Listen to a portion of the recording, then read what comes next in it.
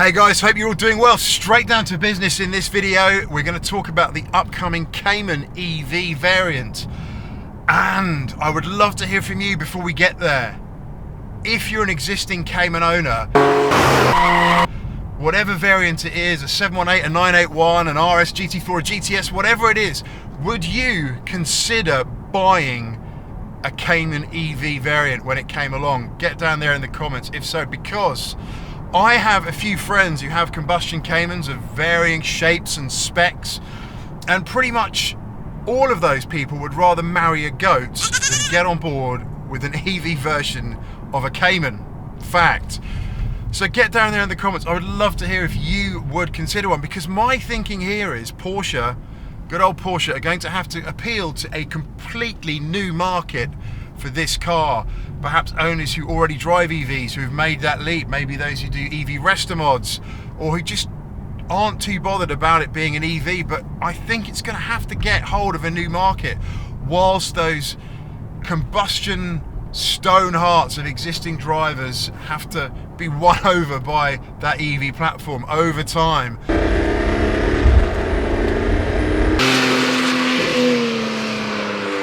Let's look at the reality as well. You can't actually buy a 718 anymore. The order books have absolutely closed down on that. There's probably a few people waiting for theirs to arrive for sure, and if you're very lucky to get an allocation of a Spider RS, but you probably don't have that if you're watching this.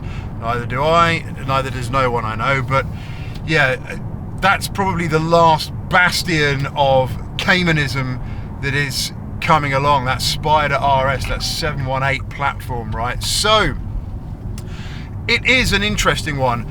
We can also look at synthetic fuels, right? Because there is the possibility of that potentially saving some of those combustion cars in the future. But Porsche have made it clear that they want to have their production around the 80% level for EVs by 2030. And synthetic fuel right now is an incredibly costly business. It's hard to get the exact costs, but estimate about $50 a litre or something thereabouts. So it's really not something that is truly viable at the moment. And also it is carbon neutral. And probably these days we need to be carbon negative in reality, given the way the world is going right now in terms of just how warm it is. Unless you're in the UK.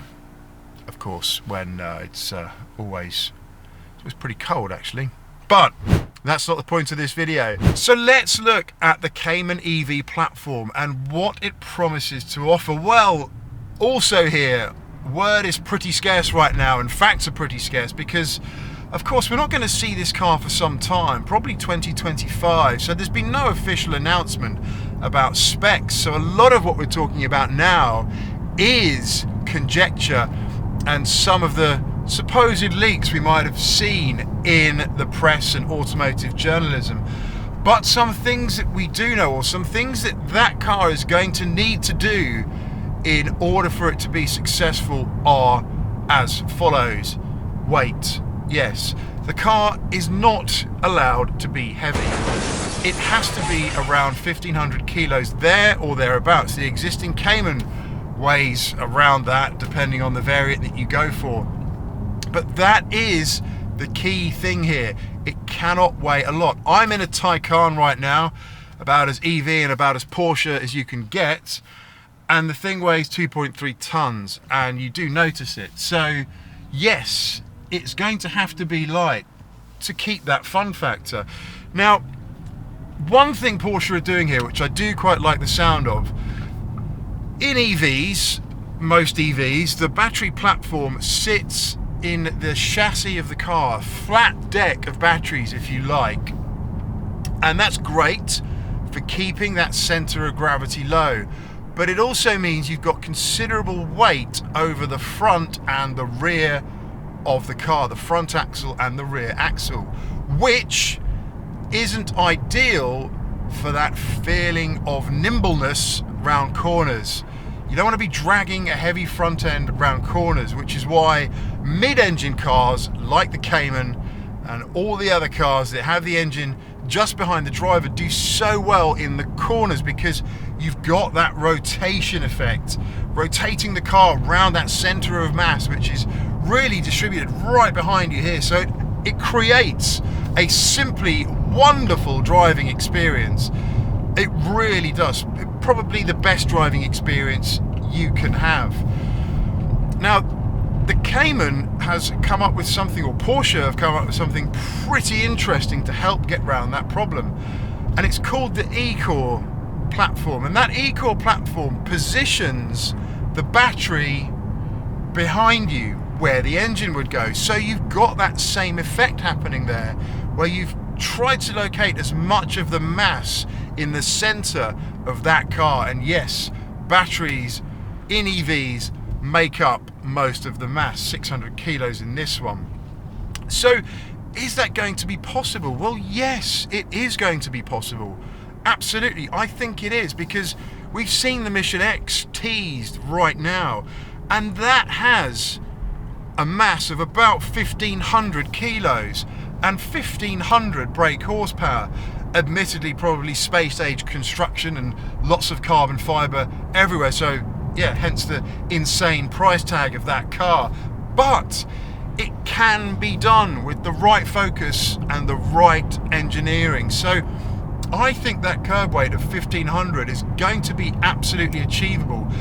And if Porsche don't do it, quite frankly, they've failed here. They really have. It's the most important thing for the Cayman, is that weight, to keep that fun factor. Now, suppose you never married that goat and you do want to get on board with a Cayman EV variation, I think it could shape up to be a very good car. There's lots of new construction platforms coming out now.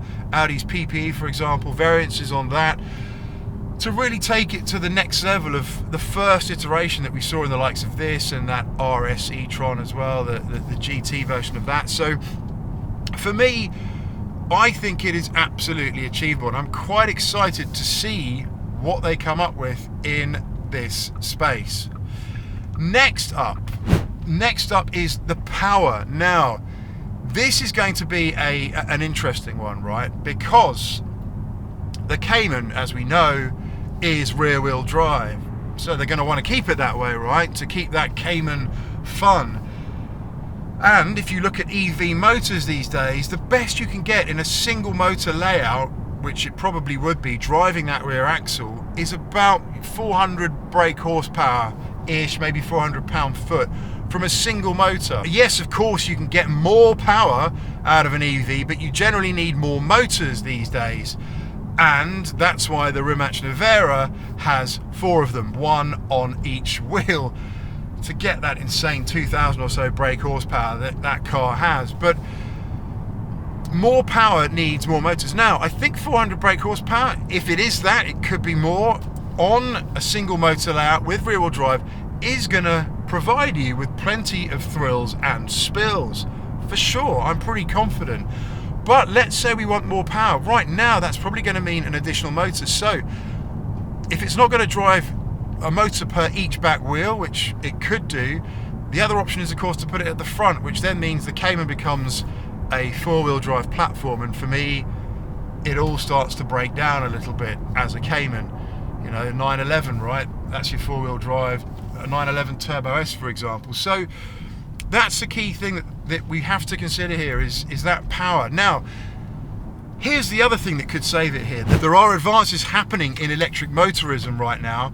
Koenigsegg, those wizards there, have just come up with what they call a dark matter electric motor, which at under 40 kilos, so I'm informed, has an absolutely bonkers 800 brake horsepower and 950-ish pound-foot of torque from a single motor, which is absolutely ballistic. It probably costs NASA money to get your hands on this thing, but yeah, I think that means that technology is certainly advancing. And could we see this happen with Porsche as well? Could we see new iterations of electric motors that provide all that additional power, that additional bang for buck?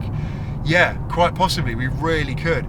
So it is a very exciting time right now for the development of EVs, and yeah, for sure, we've got a long way to go. We've got a long way to go to get all of the fun back into them, I'm sure, but I think the Cayman EV platform is shaping up to be something that could absolutely help to tick that box and get us back into that fun factor when we no longer can order a combustion engine one. Either way, you're going to have to wait till about 2025 to find out. Hopefully we'll see more concrete announcements soon, but that's it for this one. Do stay safe, stay well, see you on the next one. Bye for now.